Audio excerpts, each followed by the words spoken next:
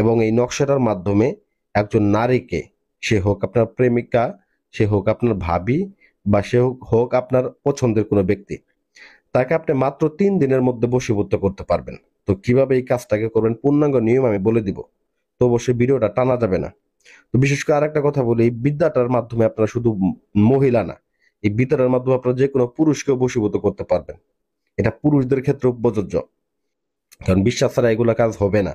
একটা কথা বলি, যে আমেরিকার একটা মহিলা কবি বলেছিলেন যে শুধুমাত্র বুদ্ধিমান লোকরাই বোঝে যে আসলে কাকে সে বন্ধু বানাবে, কাকে সে বিশ্বাস করবে।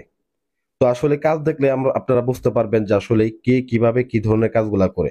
তো আমি যে কাজগুলো আপনাদের দিতেছি, আমার কাছে যোগাযোগ করতে বলতেছেন, আমি নাম্বার দিছি এজন্যই যাতে আপনারা যোগাযোগ করে শুধু অনুমতি নিতে পারেন কাজটা করার জন্য। তো মূলত কাজটা আপনারা নিজেরাই করতে পারবেন। এরকম একটা সহজ নিয়ম আপনাদেরকে বলে দিতেছি। প্রথম দিকে বলি, এই কাজটা করার জন্য আপনাকে সুন্দর করে একটা আসন করে বসতে হবে। এই নকশাটাকে নিতে হবে, যাকে আপনি বশ করবেন ওই মহিলার নাম, মহিলার মায়ের নাম নিতে হবে, আপনার নাম, আপনার বাবার নাম নিতে হবে। অনেক তান্ত্রিককে টাকা পয়সা দেন, ফোন দেবো, ভাই টাকা দিছি কাজ হয় নাই। আরে ভাই টাকা কেন দিবেন? আপনি নিজের কাজ নিজে করেন। আপনার যদি এতটাই যদি আপনি অজ্ঞ হয়ে থাকেন, আপনি যদি না পারেন, তো আপনারা ইউটিউবের ভিতরে দেখলে বোঝেন না কে কাজ করে আর কে কাজ না করে, দেখলে পরে তো বোঝা যায়। শুধু একটা কাগজ নিয়ে গটগটালে হয় না, একটা আসন তৈরি করা মুরত থাকতে হয়, কাজ করার জিনিসপত্র থাকতে হয়। জিনিসপত্র কয়জনে আছে, যে আমার এখানে দেখেন আসনের মধ্যে একটা হার আছে, দেখেন ওই যে পাশে পুতুলটার পাশে হারটা, এরকম ধরনের হার কয়জন দেখাইতে পারবে? তো এখানে এই হাড়গুলা সিদ্ধ করে, এই হাড়গুলার মাধ্যমে আমি জিন নিয়ন্ত্রণ করি।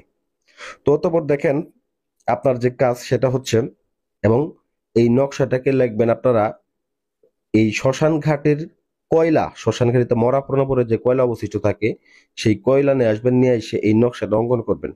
অঙ্কন করে যাকে আপনি বশ করবেন তার নাম লিখবেন, তার মায়ের নাম লিখবেন, আপনার নাম লিখবেন, আপনার বাবার নাম লিখবেন। লিখে আপনাদের কাছে অনুরোধ যে আপনারা সদকা যারা আদায় করে নেবেন, 20 টাকা 50 টাকা কোনো গরিব মিসকিনকে দান করে নেবেন।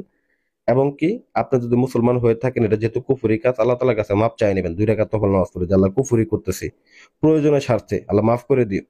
কারণ যেহেতু এটা একটা পাওয়ারফুল কাজ, এবং কি কাজটা করার পূর্বে অবশ্যই শরীরটাকে বন্ধ করে নেবেন। নিয়ম মাফিক যদি ভাই কাজ না করেন, কাজ কেমনে হবে? আপনি অমুক তান্ত্রিকের কাছে যান, তমুক তান্ত্রিকের কাছে যান, কাজের নিয়ম বুঝেন না, কাজের ধারা বুঝেন না, উল্টা পাল্টা শুধু কাজ করলে হবে? ভাই কাজের নিয়ম আছে, কিন্তু উভয় দিকেই থাকবে।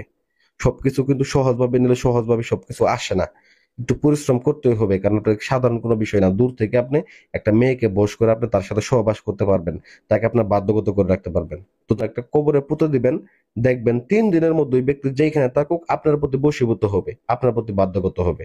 আশা করি ভিডিওটা ভালো লাগবে।